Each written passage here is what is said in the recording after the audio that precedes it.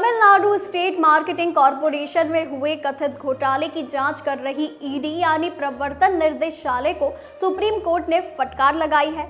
मुख्य न्यायाधीश भूषण रामकृष्ण गवई का कहना है कि केंद्रीय जांच एजेंसी सीमाएं लांघ रही हैं। उन्होंने ईडी पर संविधान के उल्लंघन के भी आरोप लगाए।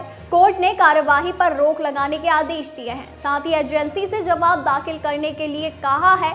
दरअसल गुरुवार को सुप्रीम कोर्ट में तमिलनाडु सरकार की ओर से दाखिल याचिका पर सुनवाई चल रही थी।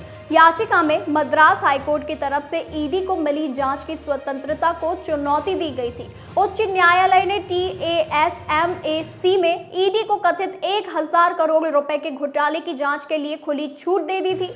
CJI ने कहा कि अपराध निगम के खिलाफ कैसे हो सकता है। निगम के खिलाफ आपराधिक मामला, आपका प्रवर्तन निर्देशालय सभी सीमाएं लांघ रहा है, कार्यवाही पर रोक लगाए। जब अधिकारियों के खिलाफ FIR है तो वहां ईडी क्यों जा रही है? ईडी हलफनामा दाखिल करे। उन्होंने आगे कहा कि ईडी संविधान का उल्लंघन कर रही है। ईडी वाकई सीमाएं लांघ रही है। इस पर ASG SV राजू ने कहा कि यहाँ एक बहुत बड़ा घोटाला है, मुझे जवाब दाखिल करने दें। CJI ने यह भी कहा कि ईडी संघीय ढांचे को तबाह कर रही है। उन्होंने कहा कि सभी सीमाएं लांघी है। सुप्रीम कोर्ट ने कार्यवाही पर रोक लगाने का आदेश जारी किया। मार्च में एजेंसी ने दावा किया था कि TASMAC के काम में कई अनियमितताएं मिली है। साथ ही एजेंसी ने कहा था कि 1000 करोड़ रुपए की बेहिसाब नकदी भी मिली थी। ईडी ने कीमत तय करने में भी धोखाधड़ी किए जाने की बात कही थी।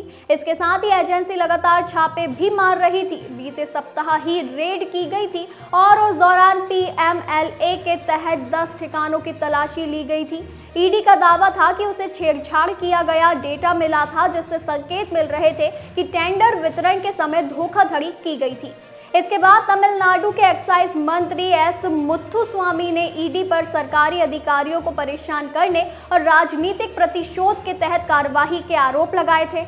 उनका कहना था कि ईडी के पास अनियमितताओं को लेकर कोई सबूत नहीं है।